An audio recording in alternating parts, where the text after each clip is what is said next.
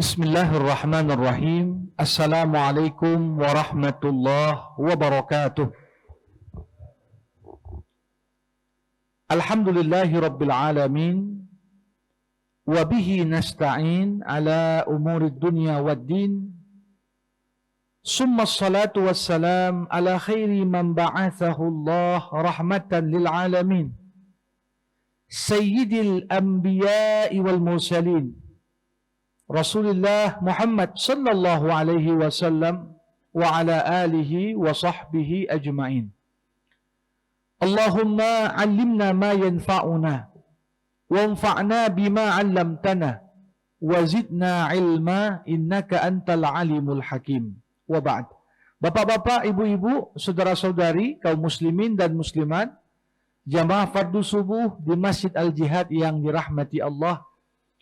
Syukur alhamdulillah Allah kembali mempertemukan kita. Selawat berangkaikan salam kita hadiahkan kepada Rasulullah. Allahumma salli wa sallim wa barik alaih. Di akhir pertemuan kita yang terakhir telah sama kita kaji hingga ayat ke-150 dari surah Al-An'am. Kalau di ayat-ayat sebelumnya Allah Subhanahu wa Ta'ala telah banyak menyampaikan kepada kita ketentuan-ketentuan Islam yang berkaitan tentang keharaman makanan. Maka masuk ke ayat 151 Allah Subhanahu wa Ta'ala berpindah menjelaskan tentang tuntunan Islam berkaitan dengan apa yang diharamkan. Apa yang diharamkan dalam kaitan dengan keyakinan dan perilaku kita. Tentunya manusia perlu makan dan minum untuk bertahan hidup. Tetapi manusia tidak akan pernah mampu memenuhi kebutuhan aktualisasi dirinya selama akidah dan sikapnya belum lurus. Maka disinilah tidak ada satupun perintah Allah Subhanahu wa Ta'ala kepada kita semua kecuali tujuan akhirnya adalah untuk membawa kebahagiaan. Ayat 151 yang sebentar lagi akan kita kupas ini beserta ayat 152 dan 153, 3 ayat berurutan ini dikenal juga dalam kajian tentang agama-agama samawi dengan istilah 10 wasiat Tuhan. Inilah yang bisa kita katakan sebagai inti dari segala ajaran agama. Apa yang disampaikan oleh Musa kepada umatnya dan termaktub di dalam Taurat. Apa yang disampaikan oleh Isa kepada umatnya termaktub dalam Injil. Begitu juga apa yang Allah Subhanahu wa Ta'ala perintahkan kepada Nabi Muhammad sallallahu alaihi wasallam untuk disampaikan kepada umatnya, maka ini juga termaktub di dalam Al-Qur'an, di mana 10 perintah dan larangan Allah Subhanahu wa Ta'ala ini bisa dikatakan sebagai pokok-pokok ajaran Allah Subhanahu wa Ta'ala. Bukan hanya dalam risalah yang dibawa Nabi Muhammad, tapi juga pada risalah-risalah para anbiya sebelum Muhammad sallallahu alaihi wasallam. Para hadirin rahimakumullah, Allah berfirman, "Qul ta'alau atlu ma harrama rabbukum alaikum." Katakan Muhammad, ta'alau, kemarilah. Jadi kata ta'alau dalam bahasa Arab maknanya aqbilu, terimalah. Ta'alau atlu ma harrama rabbukum alaikum. Aku akan bacakan kepada kalian apa yang diharamkan Tuhan kalian atas kalian. Para hadirin rahimakumullah, ayat ini tentunya menjadi landasan kepada kita semua bahwasanya mengharamkan sesuatu itu hanyalah hak prerogatif Allah.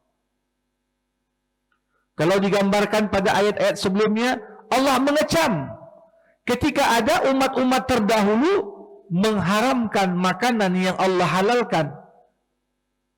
Sebagaimana mereka menghalalkan makanan yang Allah haramkan, sehingga kemudian Bani Israel Allah hukum.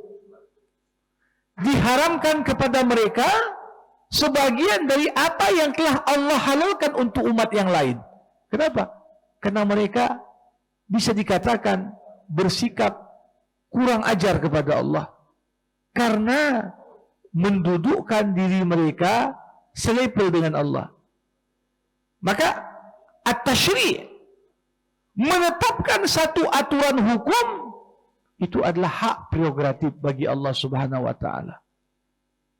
Nah, di sini Nabi Muhammad SAW dikatakan, "Qul," katakan Muhammad, "atlu ma harrama rabbukum alaikum." Aku akan sampaikan. Bahkan Nabi Muhammad pun tidak bisa untuk mengharamkan apapun kecuali berdasarkan wahyu yang diterimanya dari Allah Subhanahu wa ta'ala. Di awal surah At-Tahrim, bagaimana Nabi ketika mengharamkan atas dirinya makan manisan hanya untuk supaya istrinya tak marah. Allah tegur. Padahal Rasulullah SAW adalah penyampai wahyu Allah. Tapi ketika Nabi sudah menyampaikan sesuatu yang kemudian dianggap tidak sejalan, maka Nabi pun mendapatkan teguran dari Allah Subhanahu wa ta'ala untuk tidak mengharamkan apa yang telah dihalalkan Allah. Apapun tujuan dan maksudnya. Atlu ma harrama rabbukum alaikum. Aku akan bacakan. Aku akan sampaikan. Ya, apa yang Allah haramkan kepada kalian.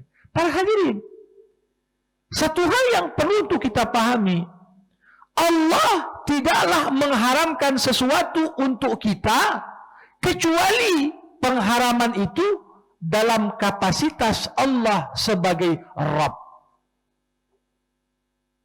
Kata Rabb dalam bahasa Arab punya banyak makna. Salah satu makna yang paling penting, Rabb artinya muslih. Rabb artinya murabbi. Jadi tidaklah Allah mengharamkan sesuatu itu sia-sia, atau tak ada hikmahnya, atau tak ada maksudnya. Ma harrama rabbukum. Ketika Allah haramkan khamar, Allah mengharamkan khamar karena Allah mendudukkan dirinya bukan sebagai semata-mata Tuhan yang wajib kita sembah, tapi Allah adalah murabbi bagi kita. Allah mendidik kita. Semua ajaran-ajaran Allah itu berangkat dari kasih sayangnya sebagai seorang Rabb. Maka di sini menjadi renungan bersama bagi kita, para hadirin rahimakumullah, walaupun pada dasarnya kita merasa aturan-aturan agama bagi sebagian orang terkesan sebagai pembatas yang menghalangi ruang gerak kita. Namun Allah Subhanahu wa ta'ala sebagai Rabb pada hakikatnya tidaklah mengharamkan sesuatu, tidaklah menghalalkan sesuatu, tidaklah menyuruh sesuatu, tidaklah melarang sesuatu, kecuali ada hikmah besar di balik itu semua. Para hadirin rahimakumullah, dari 10 perintah dan larangan Allah, Allah memulai 10 wasiat Tuhan kepada Nabi Muhammad SAW untuk disampaikan kepada umatnya. Allah tusyriku bihi syai'a. Janganlah kalian mempersekutukan Allah dengan sesuatu apapun. Inilah larangan yang pertama. Para hadirin, dalam ilmu usul fikih, para ulama membuat sebuah kaedah. Apa kaedahnya? Kaedah ini sejalan dengan logika dan akal sehat. Para ulama mengatakan, Al-amru bisyai' nahyun an diddihi. Perintah untuk melakukan sesuatu, di dalamnya terkandung larangan untuk mengerjakan sesuatu yang bertentangan dengan perintah itu. Jadi kalau Allah misalnya nyuruh kita untuk sholat, berarti di dalam perintah sholat terkandung larangan meninggalkan sholat. Kadang-kadang Allah Subhanahu wa Ta'ala ketika memerintahkan sesuatu, walaupun Allah tak mengucapkannya, tak menyebutkannya, tapi secara logis kita paham. Kalau Allah nyuruh untuk mengingatnya, berarti kita dilarang untuk melupakannya. Kenapa? Al-amru bisyai'i nahyun an diddihi. Perintah untuk mengerjakan sesuatu mengandung larangan untuk meninggalkan apa yang menjadi lawannya. Jadi ketika kita temukan wasiat pertama Allah kepada kita, apa itu? Allah tusyriku bihi syai'a. Janganlah kalian mempersekutukan Allah dengan sesuatu apapun.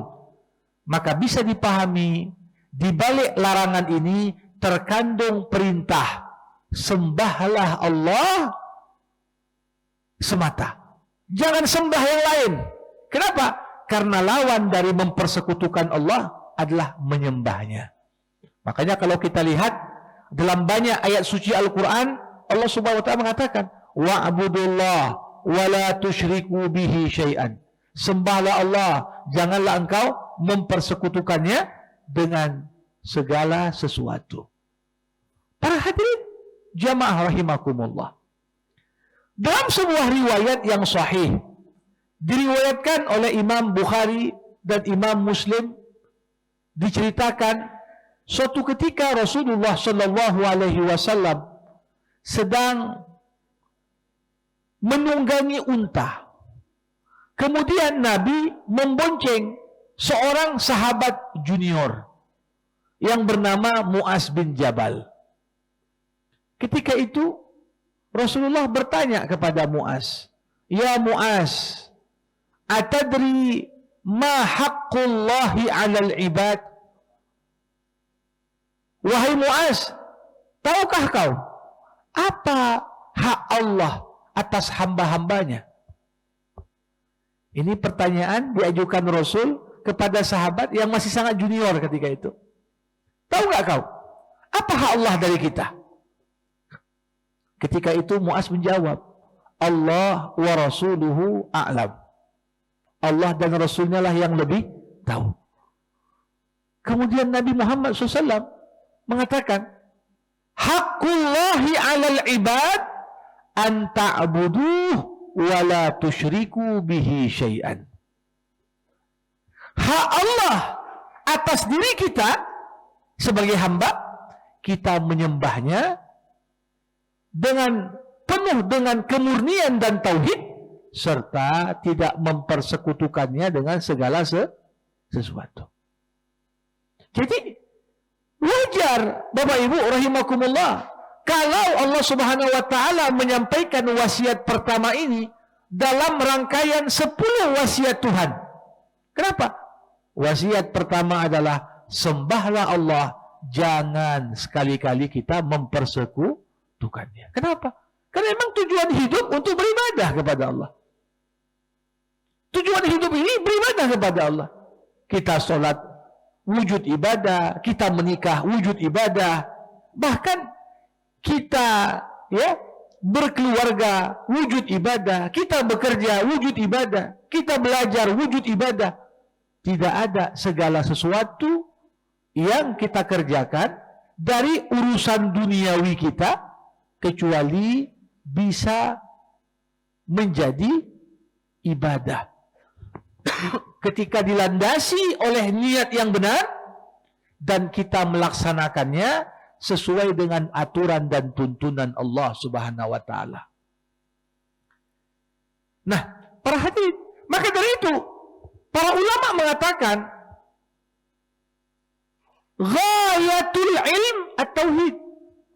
kita semua belajar, membaca ini, mengkaji itu. Puncak dari segala ilmu.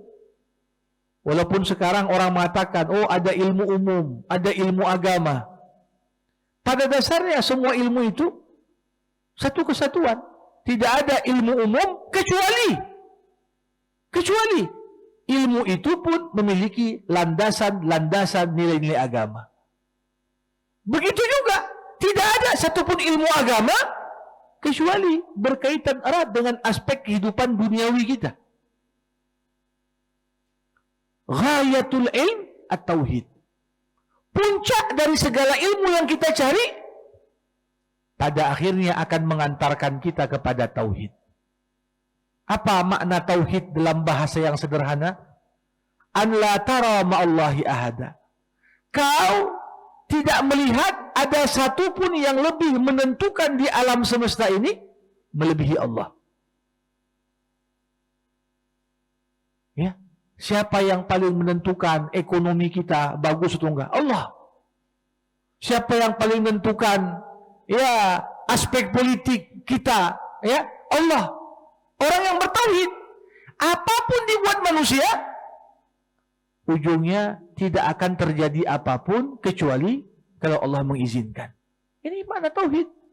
Jadi tauhid bukan hanya sekedar ketika kita duduk tidak mempersekutukan Allah, tidak syirik, tidak makna yang lebih luas. Ketika kita menyadari tidak ada yang lebih menentukan apapun yang terjadi di alam semesta ini selain Allah Subhanahu wa taala. Termasuk makna tauhid apa? Allah tarjua ahadan illallah. Kau tidak menyandarkan harapan kepada siapapun kecuali kepada Allah. Kau menyadari tidak ada yang paling tahu kecuali Allah. Kau menyadari tidak ada yang bisa memberi, menahan, mengangkat, menjatuhkan kecuali Allah. Ini makna. Jadi ketika Allah katakan alla tusyriku bihi syai'a. Ini wasiat. Wasiat yang kalau kita paham betul makna wasiat pertama ini, tidak ada satupun urusan dalam urusan duniawi kita kecuali ada kaitannya dengan urusan yang pertama ini. Maka dari itu, para hadirin rahimakumullah, kalau bercerita tentang tauhid, ini kan bukan hanya bercerita bahwasanya Allah lah yang menciptakan kita, Allah lah yang mengatur segala apa yang terjadi di alam semesta. Tapi makna dari kau tidak mempersekutukan Allah dengan segala apapun, termasuk terkandung di dalamnya, kita meyakini dengan penuh keyakinan tidak ada satupun aturan yang lebih adil, lebih sempurna, lebih bijaksana melebihi aturan yang dibuat Allah. Sehebat-hebatnya Bapak Ibu peraturan dan perundang-undangan yang dibuat, tetap sistem mungkin bagus, tapi kembali juga sama orangnya. Orang mengatakan, oh sistemnya bagus, tapi orangnya yang rusak. Ya. Tapi lihat, coba bayangkan, seorang berada di bulan suci Ramadan, di tengah musim panas yang begitu terik, tak ada CCTV yang merekam gerak-geriknya. Tapi walaupun demikian, tauhidnya kepada Allah membuatnya, walaupun di rumah sendirian, ada air dingin yang begitu menyejukkan dahaganya. Kalau dia teguk beberapa tetes saja dari kulkas, tapi dia tak lakukan itu. Bandingkan dengan aturan-aturan buatan manusia yang problem terbesarnya bukan pada aturannya, tapi pada sistem kontrolnya. Ya, tak jarang ya kita tahu dalam sejarah bagaimana ya parlemen Amerika di tahun 70-an bahkan pernah mengharamkan, menganggap meminum minuman keras itu adalah sesuatu yang ilegal. Ini keputusan parlemen. seperti parlemen yang memutuskan, parlemen juga yang membatalkan. Maka begitulah yang terjadi ketika kita menganggap aturan-aturan buatan manusia ini sebagai aturan yang paling utama. Makanya kadang-kadang kita tetap mengatakan, betul, kita banyak apapun aturan yang ada di alam semesta ini, kalau yang namanya manusia membutuhkan tentunya aturan itu perubahan, membutuhkan revisi, membutuhkan pembaharuan. Kenapa? Karena ketika kita membuat aturan, kemampuan berpikir orang yang membuat aturan tidak bisa meliputi segala apa yang dibutuhkan. Tapi Allah dalam konteks Allah tusyriku bihi syai'an, jangan kau persekutukan Allah. Ini kunci. Maka dari itu para hadirin rahimakumullah, dalam kelanjutan hadis yang tadi disampaikan, Nabi bertanya lagi kepada Muaz, "Ya Muaz, atadri ma haqqul ibadi 'ala Allah idza hum 'abaduh?" Wahai Muaz, kalau tadi kita sebagai hamba sudah melaksanakan hak Allah atas diri kita, tahukah kau apa hak hamba dari Allah kalau kita sudah menyembah Allah dengan sebaik-baiknya? Ketika itu Muaz kembali menjawab, Allah dan Rasulnya yang paling tahu. Nabi berkata, Haqqul ibadi 'ala Allah idza hum 'abaduh alla yu'adzibahum. Hak Allah, hak kita dari Allah Subhanahu wa taala, kalau kita sembah Allah dengan baik, enggak kita persekutukan Allah dengan sesuatu apapun. Apa kata Allah? Hakmu takkan kusiksa kau. Dengan kata lain para hadirin, semua siksa Allah yang turun kepada kita, baik di dunia maupun di akhirat, itu semua karena kita melalaikan beribadah kepadanya dan melakukan perbuatan syirik kepada Allah. Makanya saya selalu katakan, sekarang orang sibuk, Ustadz, ini banyak sekali krisis sekarang di negeri kita. Krisis kepemimpinan, krisis politik, krisis. Saya katakan, semua krisis dalam kehidupan ini sebenarnya indikasi penyakit. Bukan itu penyakitnya. Ibarat orang kadang-kadang pergi ke dokter sekedar diberikan obat bukan untuk mengobati penyakitnya, mengobati indikasi penyakit. Terasa dibilangnya sama dokter, saya pening nih Pak Dokter. Dikasih Panadol, dikasih obat, pening. Padahal pening dan sakit kepala itu bukan itu penyakitnya. Itu indikasi menunjukkan ada penyakit lain. Ya katakan, saya mencret, atau saya sering muntah, atau saya sering mual. Bukan itu penyakitnya. Maka begitu juga lah. Kita lihat umat Islam yang jumlahnya di negeri kita tercinta ini di atas 80%. Tapi kenapa kemudian kemiskinan dekat dengan umat Islam? Kebodohan, buta huruf dekat dengan umat Islam. Pengangguran dekat dengan kita. Nah, kalau kita lihat dan kita kaji lebih jauh, itu semua indikasi penyakit dari penyakit utama yang sedang kita hadapi, itulah dia penyakit syirik. Itu problem sebenarnya. Problem sebenarnya bukan kemudian, akhlaknya rusak. Akhlak rusak, pertanda rusak akidah. Kenapa rezeki umat Islam walaupun sumber daya alam melimpah tak berkah? Problemnya kembali kepada akidah. Maka dari itu, yang sangat kita sayangkan, justru orang sibuk mengulas indikasi penyakit, tapi jarang menyentuh penyakit yang sebenarnya. Bahkan tak jarang masa COVID yang lalu, pendangkalan terhadap akidah ini makin kita rasakan betul. Keluar rumah tak bawa masker, takut ya. Tapi keluar rumah tidak pasang niat, aku mau bertawakal kepada Allah mencari rezeki, gak bermasalah dia. Lupa masker takut, lupa doa gak takut dia. Seakan-akan sudah lebih menentukan masker daripada doa. Nah, cobalah kita analogikan dan kita kiaskan dengan banyak urusan lain. Jadi para hadirin, tepat sekali kalau Allah Subhanahu wa taala memulai 10 wasiatnya dengan alla tusyriku bihi syai'a. Maka dikatakan Rasulullah, aku tak takut bagi kalian syirik yang besar.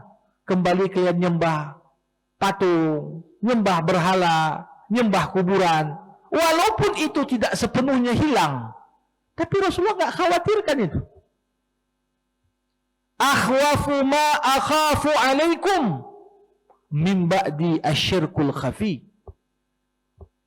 Yang paling kutakutkan dari kalian, kata Rasulullah, setelah aku tak ada nanti, apa? Syirik yang tersembunyi. Ketika kita merasa dalam hati ini, presiden lebih menentukan daripada Tuhan. Partai lebih menentukan daripada Tuhan. Ya? Kadang-kadang, siapa ketua KPU lebih menentukan daripada Allah. Ya. Kadang-kadang kita ini sudah sampai pada tingkatan, sudah memperhitungkan segala sesuatu secara duniawi, tapi nggak pernah kita perhitungkan dalam rencana kita peran Allah yang paling menentukan di situ. Makanya Bapak Ibu yang rahimakumullah, dikatakan dalam beberapa riwayat, idza aradallah infadha amrin akhadha min kulli dhi lubbin lubbah. Kalau Allah Subhanahu wa taala ingin jalankan skenarionya, kalau Allah Subhanahu wa taala ingin jalankan rekayasanya, orang yang paling pandai pun ditarik Allah kecerdasannya. Ngomongnya bodoh, ngomongnya tergelincir. Untuk apa? Sehingga skenario yang sudah rapi betul, nampak rusak.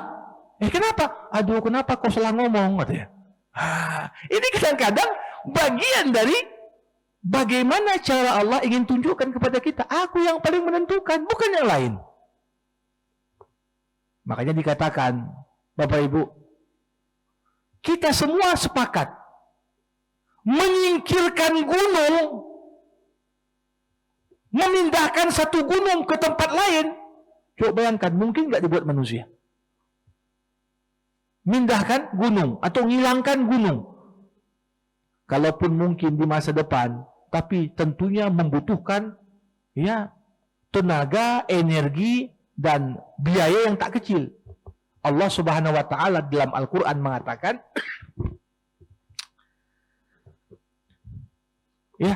wa in kana makruhum litazula minhul jibal. Rekayasa dan konspirasi musuh-musuh Allah, kalau diukur dengan usaha dunia, rekayasa itu hampir saja mampu memindahkan gunung. Itu menunjukkan bahwasanya apa? Apa yang berada di balik layar yang kita sendiri tak bisa tahu. Kalau kita bayang-bayangkanlah, gimanalah konspirasi yang dibuat untuk memadamkan cahaya Islam, untuk menghancurkan agama Allah ini, tak terbayang sama kita. Para hadirin, waktu saya menulis disertasi dulu, tentang seorang ahli tafsir yang hidup di zaman Utsmaniyah dan kejatuhannya. Itu ada satu buku ditulis 400 tahun. 400 tahun sebelum jatuhnya Utsmaniyah. Sebelum jatuhnya Utsmaniyah. Apa judulnya? 1001 cara menjatuhkan Utsmaniyah. Ini 400 tahun sebelum Utsmaniyah, ini sudah ditulis. Gimana caranya, gimana strateginya. Dan itu dokumen itu baru ditemukan kemudian. Artinya kalau kita bayangkan, ya mungkin rekayasa untuk Indonesia ini pun, ya mungkin dari periode sebelum kemerdekaan pun sudah ada orang buat. Tapi disitulah kita, kelemahan kita orang Islam ini kan kita hanya merespon saja, tapi jarang kita merencanakan. Tapi Allah Subhanahu wa taala mengatakan kepada kita, wa in tasbiru wa tattaqu la yadurrukum kaiduhum syai'a. Kalau kalian sabar, kalau kalian bertakwa, secanggih apapun rekayasa yang dibuat, tidak akan sedikit pun memudaratkan kalian. Ini jaminan dari Allah. Nah, maka dari itu, Allah tusyriku bihi syai'an. Di sini maknanya, walaupun kita merasa, ya Allah, kalau yang paling menentukan, kita juga harus meyakini, kalaupun kita jatuh pada konspirasi musuh, itu karena kita mempersekutukan Allah. Itu yang buat kita jatuh. Sekiranya kita istiqomah bertakwa, Allah lindungi kita. Kenapa sekarang umat Islam jadi, ya, nah, sekarang anak-anak filarmen latu-latu. Ini macam itu umat Islam dibenturkan. Satu ini ya. Kenapa kita selalu jadi objek konspirasi orang? Termasuk karena krisis akidah yang sedang menimpa kita. Maka dari itu Allah Subhanahu wa taala mensandingkan perintah untuk beribadah dengan perintah wabil walidaini ihsana. Jadi wasiat pertama, jangan sekutukan Allah. Wasiat kedua, berbuat baiklah pada kedua orang tuamu. Dan dua hal ini, ya, wasiat yang selalu bergandengan dalam Al-Quran. Ya, kalau Allah perintahkan sholat, disandingkan dengan zakat. Kalau Allah Subhanahu wa taala menyuruh kita untuk berterima kasih kepada Allah, disuruh kita berterima kasih kepada orang tua juga. Begitu juga, tidak ada satupun perintah Allah untuk beribadah kepadanya, kecuali perintah dan larangan untuk mempersekutukan Allah disandingkan dengan perintah berbuat baik kepada keduanya. Kenapa? Nah, ini menunjukkan kepada kita bahwasanya salah satu wujud ibadah kita kepada Allah adalah dengan berbuat baik kepada kedua orang tua. Itulah bentuk wujud ibadah kita kepada Allah. Para hadirin rahimakumullah, tentunya berbuat baik kepada orang tua tidak sama maknanya dengan beribadah kepada Allah. Beribadah kepada Allah artinya apa? Ketaatan yang mutlak. Apapun yang Allah suruh, tanda kita beribadah kepadanya, ngerti tak ngerti kerjakan yang Allah suruh. Tapi ketika dikatakan berbuat baik pada kedua orang tuanya kita, maka di sini berbuat baik bukanlah berarti ketaatan yang mutlak. Kalau orang tua kita mukmin menyuruh perintah-perintah yang baik, maka kita pun kerjakan. Tapi kalau orang tua kita kafir, memaksa murtad, atau orang tua kita menyuruh perintah-perintah yang tidak baik, maka kita pun jangan kemudian, oh ini kan perintah orang tuaku, ku kerjakan. Tidak. La ta'ata li makhluqin fi maksiatil khaliq. Tidak ada kepatuhan kepada siapapun kalau perintahnya sudah bertentangan dengan perintah Allah. Maka para hadirin rahimakumullah, ini kadang-kadang kita temukan di tengah masyarakat. Anak bercerai, kenapa kau bercerai? Orang tuaku suruh bercerai. Orang tua suruh bercerai, lantas kau bercerai. Bagaimana istrimu? Istriku baik. Kalau ada orang menceraikan istri hanya gara-gara dengan alasan aku melaksanakan perintah kedua orang tuaku, ini termasuk perbuatan zalim dan dosa. Ya. Sebagian mengatakan, ya, tapi dalam sejarah Umar bin Khattab pernah nyuruh putranya menceraikan istrinya. Bagaimana tanggapan Ustaz? Oh, mudah saja. Kalau bapakmu Umar, ceraikan. Tapi kan bapakmu bukan Umar, saya bilang. Umar tak mungkin nyuruh yang nggak betul. Umar nggak mungkin nyuruh yang nggak betul. Ada pertimbangannya. Tapi ketika kehidupan anak, sakinah, mawaddah, rahmah, apalagi dikaruniakan keturunan yang baik, saleh dan soleha, hanya mungkin gara-gara kesalahpahaman orang tua, ya nyuruh, udah ceraikan istrimu. Di sini bukan bagian dari berbuat baik. Para hadirin rahimakumullah, ayat wabil walidaini ihsana, di dalamnya terdapat isyarat kita sebagai anak diperintahkan berbuat baik kepada orang tua bagaimanapun kondisi orang tua kita. Kewajiban kita berbuat baik, mau orang tua mukmin, mau orang tua kafir, mau orang tua mungkin di waktu kita kecil perhatian, atau mungkin orang tua acuh tak acuh. Selama kita sebagai anak, wabil walidaini ihsana. Para hadirin, kalau kita lihat realita yang terjadi di tengah-tengah masyarakat Islam, ya secara umum kita masih bersyukur sedikit banyak orang tua, ayah, ibu di tengah masyarakat Islam ya masih dihormati dibandingkan yang terjadi di banyak masyarakat ya yang dominan ajaran agama yang lain. Tapi hebatnya orang tua bukan ketika dia dihormati, Bapak Ibu. Hebatnya orang tua di mata Allah bukan ketika orang tua itu dihormati anak atau bahkan ditakuti anak. Hebatnya seorang orang tua yang dicintai Allah adalah orang tua yang mampu dicintai anak-anaknya. Ini dia. Jadi jangan sekedar kita mau jadi seorang ayah yang anak takut sama kita. Jadi ibu yang anak-anak hormat pada kita. Tapi pertanyaannya, sudahkah kita jadi orang tua yang dicintai anak-anak kita? Coba bayangkan, ya konteks hubungan orang tua dan anak ini, konteks hubungan yang luar biasa. Ya, kenapa? Karena dalam diri setiap manusia, apalagi dia setelah berkeluarga, itu ada yang namanya apa?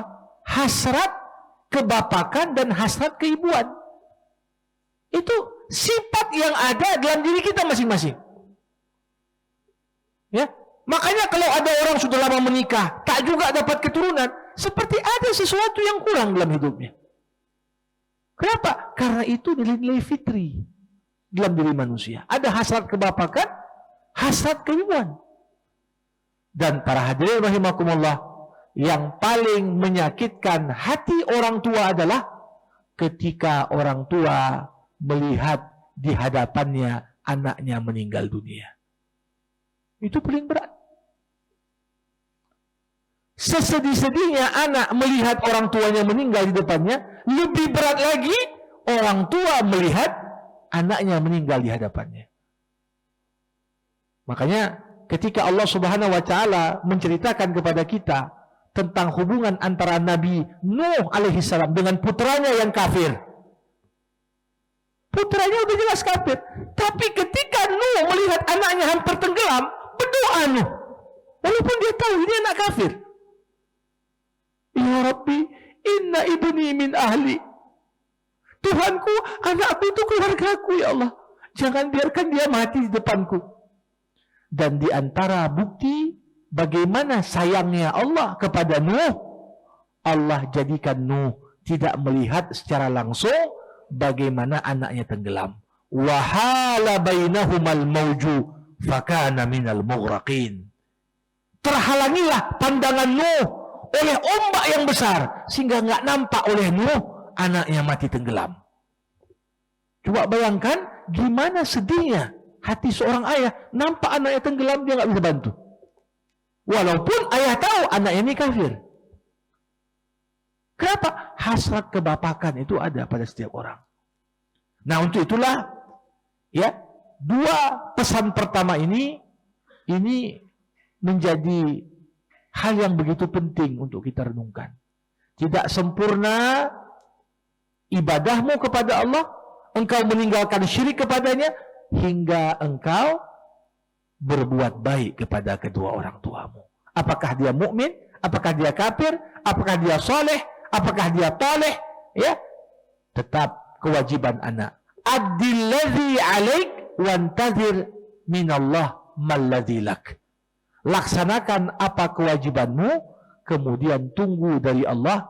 Allah akan memberikan bagian untukmu. Jadi tak ada satupun Bapak Ibu orang sukses kalau dia gak menghormati dan memuliakan orang tuanya. Saya banyak sekali melihat orang dari sisi kemampuan intelektualnya pas-pasan. Bukannya pandai kali ya, enggak, pas-pasan. Tapi Allah bukakan pintu rezeki luar biasa sama dia. Kalau kita kemudian mewawancarai orang-orang seperti itu, apa rahasia Anda kok sukses sekali? Satu aja saya ini nggak pernah pengen buat tersakiti hati mak saya sedikit pun. Ya, maka inilah makna dari hadis Rasulullah. Ridho Allah terletak pada ridho kedua orang tua. Murkanya Allah terletak pada murkanya kedua orang tua. Kalau orang tua sudah murka, mau apapun potensi yang kita punya, gelar mentereng, ya, uang banyak, pengikut luar biasa, durhaka, tinggal tunggu kehancuran. Tinggal tunggu satu persatu, Allah akan cabut nikmat-nikmat dan amanah yang dititipkan kepada kita. Mudah-mudahan bermanfaat ya untuk kita semua. Dua pesan pertama, insya Allah ya, sisa-sisa dari pesan-pesan lainnya akan kita kupas di pertemuan kita berikutnya.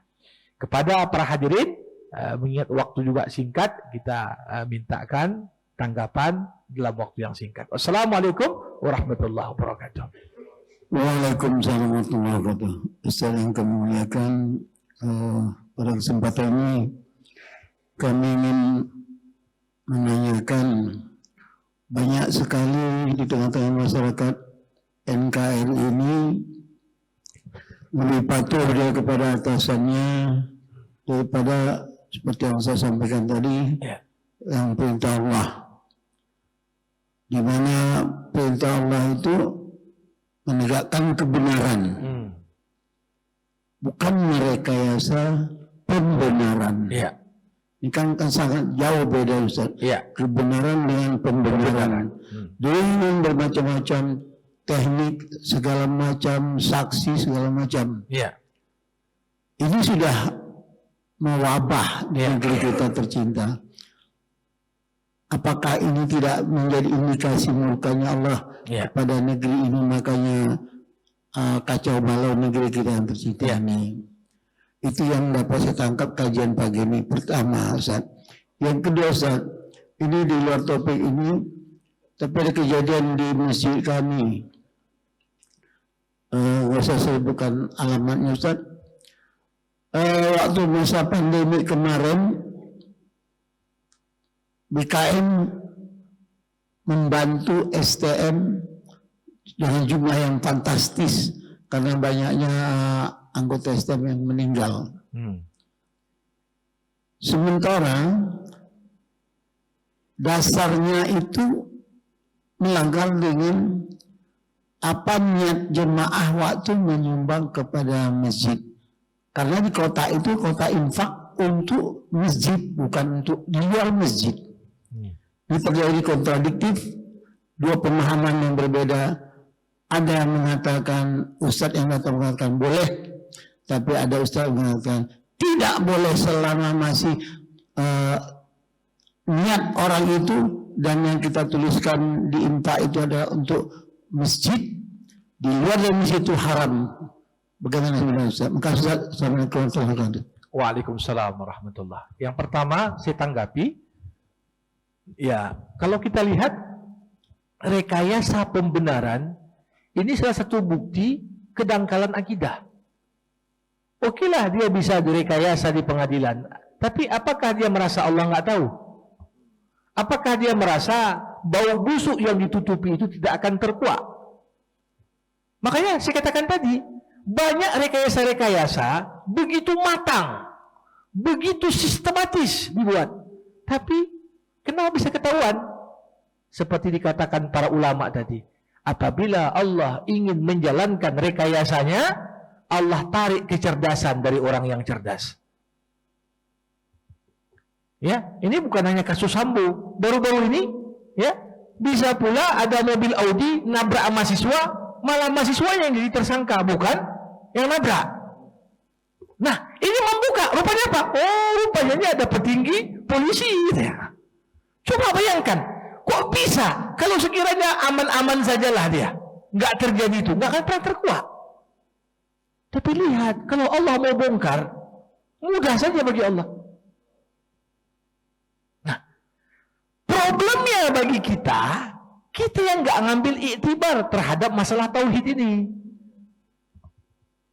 Allah sudah memainkan apa yang menjadi bagiannya, tapi kita belum menjalankan apa yang menjadi bagian kita. Nah, tiba-tiba kita hanya minta berdoa saja, ya Allah hancurkan mereka, ya gagalkan cara mereka, tapi kita nggak buat apa-apa. Nah, bahkan sebab yang membuat mereka bisa menjalankan strateginya itu belum hilang dari kita. Artinya tauhid kita masih bermasalah. Nah, jadi jelas kalau dikatakan apakah ini mengundang turunnya murka Allah, pasti. Ya, artinya negeri dengan SDA melimpah justru kok jadi macam malapetaka bagi kita. Ya. Di sisi lain, kalau Allah Subhanahu wa taala sudah bukakan pintu-pintu keberkahan, ya. Istilahnya kalau orang membayangkan sekarang, Ustadz ini sekarang utang negara kita 7.000 triliun lebih nih. Ini kalau nengok itu, sekiranya yang diperbaiki pertama jangan pikirin utangnya. Pikiri dulu pertama syirikmu yang membuat kau jatuh ke utang. Kalau Allah mau, bisa jadi tiba-tiba, dapat harta karun terbayar utang semua. Kadang-kadang begitu saja. Mudah ya sama Allah untuk merekayasa. Yang payahnya apa? Memastikan Allah mau membela kita. Itu dia. Selama nggak ada langkah-langkah yang jelas, ya, membuat Allah itu pantas untuk membela kita, maka selama itu juga lah. Kalau dari kacamata tauhid, kita nggak akan keluar dari masalah ini. Yang kedua, tentunya para hadirin, tadi dikatakan orang berinfak ke masjid, ya, kemudian dana dari masjid tadi sebagian dimanfaatkan untuk membantu serikat tolong-menolong dalam mengurusi jenazah anggota yang bisa dikatakan karena banyaknya anggota yang meninggal, bahkan kas STM pun tak cukup untuk melaksanakan hal tersebut. Macam mana? Jadi pada dasarnya apa yang kita salurkan kepada masjid ini betul itu adalah untuk kemakmuran masjid. Tapi kemakmuran masjid salah satunya adalah dalam bentuk memelihara kepentingan jamaah-jamaah masjid. Sebenarnya yang perlu direnungkan bukan boleh atau tak bolehnya. Ini tamparan bagi orang yang fardu kifayahnya dibayari masjid tapi jarang ke masjid, kan gitu. Ini dia. Ini tamparan. Kau jarang nyumbang tapi kau pun biayamu dari situ. Ini harusnya jadi renungan bagi para jamaah sekitar yang artinya apa? Masih diberikan Allah usia yang panjang untuk renung. Udah jarang ke masjid, jarang nyumbang lagi. Jangan-jangan nanti waktu meninggal pun kan kapannya dibelikan dari masjid. Karena bagaimanapun juga fardu kifayah ini kan bagian dari kewajiban kolektif umat Islam. Ya, jadi kalau kita melihat satu dana yang disalurkan ke masjid ini kan untuk syiar masjid. Salah satu syiar masjid apa? Memastikan juga, ya, memastikan jamaah-jamaah masjid juga. Artinya kalau meninggal dunia, jangan sampai terbengkalai lah. Jangan sampai terbengkalai. Ini makna yang artinya nggak hanya cakupan pada program kegiatan atau perluasan atau percantikan sarana dalam masjid. Tapi sebagaimana dikatakan para ulama, dana masjid itu sangat penting. Bina usajid qabla bina il masajid. Prioritas itu apa? Membangun orang yang sujud sebelum membangun tempat sujud. Artinya apa? Orang sibuk bangun masjid megah-megah, luas dan sebagainya, tapi yang masuk pun tak ada. Maka dana yang dikelola masjid sebagian apa? Membentuk karakter jamaah yang rajin sujud, sehingga masjid pun makmur. Kalau sekedar memakmurkan fisik masjid, tapi jamaah yang ditelantarkan. Nah, kalau kita tengoklah, sekarang masjid yang jadi model dan percontohan, Masjid Kapal Munzalan di Kalimantan, Masjid Jogokarian, ini masjid yang paham betul kebutuhan jemaah. Di sisi lain, masjid bertingkat cantik, hiasan-hiasan dindingnya. Tapi kemudian, kalau artinya yang kaya pun tak peduli sama yang miskin pun tidak mendoakan yang kaya. Kenapa? Enggak ada jembatan hati yang terbina antara jamaah. Ini juga tidak bisa. Nah, makanya dalam konteks ini, insya Allah itu di sisi Allah dibenarkan. Tapi ini juga sambil kita ingatkan, yang jarang-jarang ke masjid, kita bilang, hati-hati, jangan-jangan nanti uang fardu kifayahmu pun dari kantong masjid juga. Kita bilang. Jadi jangan sampailah kau ngambil uang masjid, udah jarang ke masjid, tak pernah sedekah lagi. Jadi ini harusnya membuat kita malu. Wallahu a'lam, itu mungkin yang bisa saya komentari. Alhamdulillah rabbil alamin. Salatu wassalamu ala asyrafil anbiya'i wal mursalin wa ala alihi wa sahbihi ajma'in. Allahumma 'allimna ma yanfa'una wanfa'na bima 'allamtana wa zidna 'ilma innaka antal 'alimul hakim. Allahumma akhrijna min dhulumatil jahli wal waham ila anwaril ma'rifati wal 'ilm wa min wuhuli syahawat ila jannatil qurubat. Allahumma 'inna 'ala dzikrik wa syukrik wa husni ibadatik. Rabbana atina fid dunya hasanah wa fil akhirati hasanah wa qina adzaban nar. Wa sallallahu ala sayyidina Muhammad wa ala alihi wa sahbihi ajma'in walhamdulillahi rabbil alamin. Terima kasih. Assalamualaikum warahmatullahi wabarakatuh.